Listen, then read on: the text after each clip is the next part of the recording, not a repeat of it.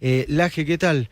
Luis Gasulla te saluda. ¿Qué te pareció la respuesta que hubo al discurso de Javier Milei en Mira, Davos? te diría caricaturesca. Ya el mismo título de la marcha que acabas de mencionar es caricaturesco. Me da una sensación casi a meme, casi a una suerte de Mickey Vainilla, pero de izquierdas. Antifascista, la marcha antifascista. Me gustaría en primer lugar saber qué entienden por fascismo estas personas.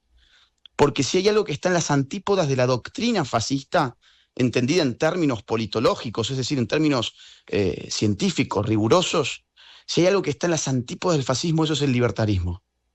Ha sido históricamente enemigo del fascismo. De hecho, el fascismo es una reacción al avance del liberalismo en el mundo del siglo XX. Bueno, Agustín, Por, ellos te podrían decir no es sí, no es libertario, no es liberal, alguien que discrimina a las minorías. ¿Qué les dirías?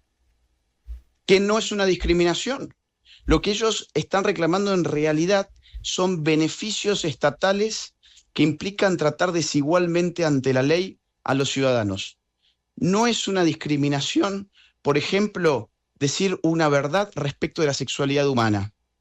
No es una discriminación decir, por ejemplo, que la sexualidad no es el producto de una autopercepción. Es una verdad rigurosa. Es decir, si todo lo que ofende a alguien vamos a considerarlo una discriminación, entonces tendríamos todos que cerrar la boca sobre los temas más importantes de las agendas públicas, sociales, religiosas, científicas. Deberíamos llamarnos incluso, por ejemplo, al silencio respecto de la existencia o no de un Dios, porque podríamos ofender a los que creen en Dios, que es mi caso, por ejemplo. Entonces, a ver, otra vez, discriminar implica otro tipo de cosas, empezando por utilizar el Estado para perjudicar a determinados grupos sociales. El discurso de Milei, si en algo se basó, fue en retirar al Estado de el hecho de otorgar privilegios a ciertos grupos en virtud de determinadas ideologías que están de moda. Déjame compartir con vos lo que dijo en las últimas horas el gobernador de la provincia de Buenos Aires y te pido una reflexión al respecto. Con gusto. Nos van a ver como gobierno de la provincia de Buenos Aires este sábado en una marcha para que entiendan bien que si hay violencia contra las mujeres, que si hay desigualdad, no nos podemos quedar al costado indiferentes porque es convalidar. Bueno, ¿qué le decís a Axel A Kicillof? ver, Luis, es una caricatura, otra vez. No dijeron una sola palabra con Espinosa, no dijeron una sola palabra con Alperovich, no dijeron tampoco Yo te nada con diría que Alberto sí dijeron una Fernández. palabra, los defendieron. Lo defendieron. Ok, gracias. Sí, pero me estoy refiriendo en concreto, por ejemplo, al colectivo de las actrices feministas, a los movimientos organizados del lobby LGBT y ese tipo de grupos que se autodenominan movimientos sociales. Más allá del kirchnerismo, que ya sabemos que es una runfla y una banda de delincuentes. No dijeron nada con episodios donde estamos hablando de abuso sexual, de violaciones y de violencia física contra mujeres. Entonces, esta marcha, en mi interpretación, le da la razón al discurso de Milei, porque el núcleo del discurso de Milei fue que estos temas en realidad se utilizaban políticamente para beneficiar a un grupo ideológico de la sociedad, en este caso, las distintas Ahora, manifestaciones que tiene la Agustín, izquierda.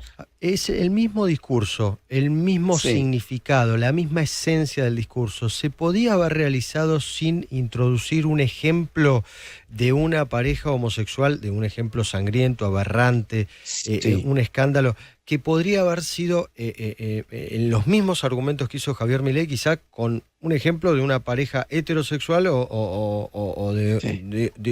no sé, de cualquier otra cosa?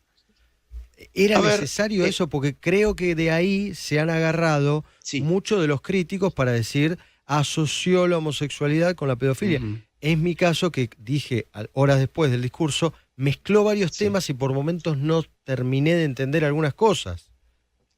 Mira, a ver, hubo una proximidad entre el ejemplo y la conclusión de la pedofilia, pero en realidad, por lo menos yo lo he escuchado varias veces, después del ejemplo, Javier Milei agrega, y en sus versiones más extremas, la ideología de género apoya la pedofilia. Después del ejemplo, no usa el ejemplo para ilustrar el caso, sino que después del ejemplo dice, y en sus versiones más extremas, la ideología de género apoya la pedofilia, lo cual es totalmente cierto.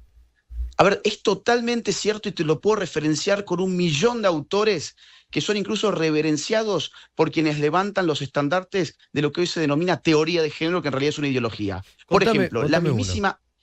Por ejemplo, Simone de Beauvoir, autora del Segundo Sexo, uno de los libros icónicos del feminismo de mediados del siglo XX, que inaugura la idea de no se nace mujer, llega a un hacerlo. De hecho, ese libro pasa a la historia con esa frase. Ella apoyó, por ejemplo, públicamente a grupos de pedófilos que estaban siendo condenados por la justicia en Francia. Otro ejemplo, Michel Foucault.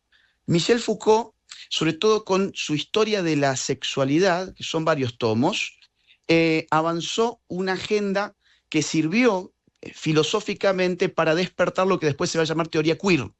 Si uno presta atención, los que van a marchar el día sábado son LGBTQ+. Q es por queer, es una sección del LGBT. La teoría queer, insisto, se basa en varias de las ideas y de los fundamentos de Michel Foucault, se basan en un autor que también defendió la pedofilia. Es más, Michel Foucault quería desestigmatizar la violación, porque decía que la fijación sexual en el hecho de la violación era contraproducente, era una suerte de biopolítica. O por ejemplo, Shulamit Firestone. Shulamit Firestone fue una canadiense que en la década del 70 publicó un libro que hizo, historia dentro del movimiento feminista, que se tituló La dialéctica del sexo.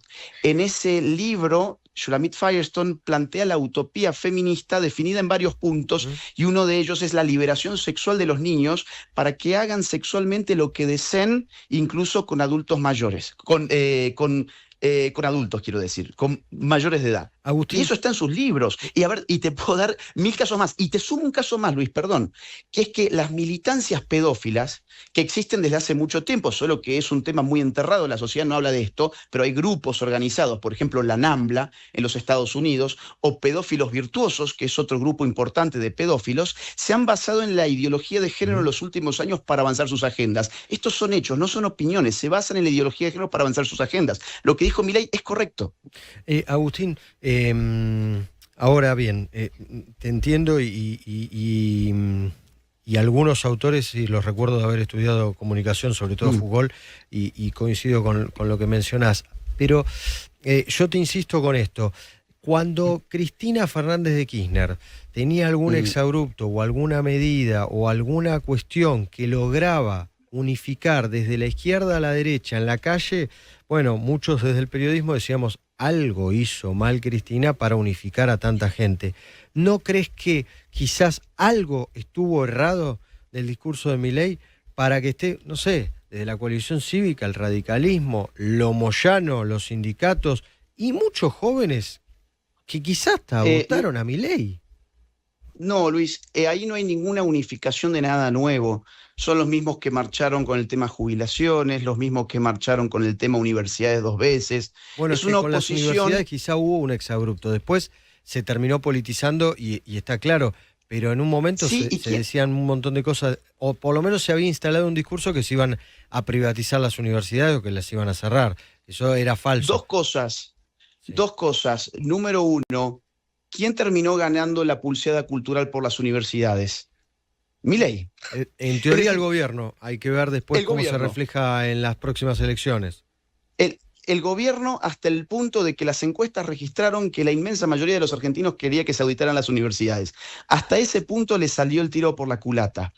Y lo otro que te iba a decir es que vos das por hecho de que en esa ocasión se vieron banderas políticas, pero que esta vez podría ser distinto. No va a ser distinto. Va a ser un despliegue político en la desesperación de la oposición que ha perdido el norte. Van a desplegar sus banderas políticas. Vamos a ver a lo que Milei denomina la casta en su máxima expresión, colgándose banderitas multicolor, allí donde hace algunos meses se colgaban las pancartas de los estudiantes. Y todo esto va hastiando a una sociedad que se asquea de la política convencional. yo creo que otra vez, esta manifestación del sábado posiblemente termine siendo beneficiosa para el gobierno, porque a Milei le conviene dialectizar y le conviene que la casta política se muestre uniforme, se muestre como lo mismo, ver a la coalición cívica con los sindicalistas, con los trotskistas, con los kirchneristas, con gente que jamás va a votar a Milei. Es decir, ahí no hay pérdida electoral en realidad. De hecho, fíjate las encuestas que están dándole a Milei una imagen más positiva, algunas de ellas incluso de la cantidad de votos que sacó en noviembre del año 2023, claro. La pregunta basada en los que creen u opinan que hemos pasado del extremo de la cámpora al extremo de los que aplauden todo. ¿El gobierno cree en la democracia? En esta cuestión, ¿respeta al que piensa distinto? ¿Respeta a las minorías? Y te lo pregunto con total buena fe y buena intención. A ver, en Argentina no hay ninguna persecución contra ninguna minoría. Retirarle las medidas de privilegio que pueda haber impulsado el Estado bajo otros gobiernos no es discriminar a nadie, es justamente restar privilegios. Ahora bien, a ver, ejemplo, a la carta, el dinero para que el LGBT haga sus manifestaciones. Eso no es un derecho, es un privilegio. Sacarle a gente del fruto de su trabajo para pagar una marcha de una minoría que se vino haciendo en Argentina desde hace muchos años, o sacar de los impuestos de la gente para mantener un inmenso ministerio que no sirvió al final para nada, como el Ministerio de Género, no era un derecho, era un privilegio. Vos me decís, no nos estamos yendo para el otro extremo, y yo te diría, Luis, ya probamos por el centro. Y la gente terminó muy decepcionada. Ya fuimos por el centro, con Juntos por el Cambio, que en su momento era Cambiemos, y la gente terminó tan asqueada que le dio de nuevo la posibilidad al kirchnerismo de volver al poder, nada menos que con Alberto Fernández y Cristina Kirchner. Y ahí te lo puedo razonable que se vaya para el otro lado. Discutir, Agustín, ¿eh? Es una cuestión matemática, te lo discuto.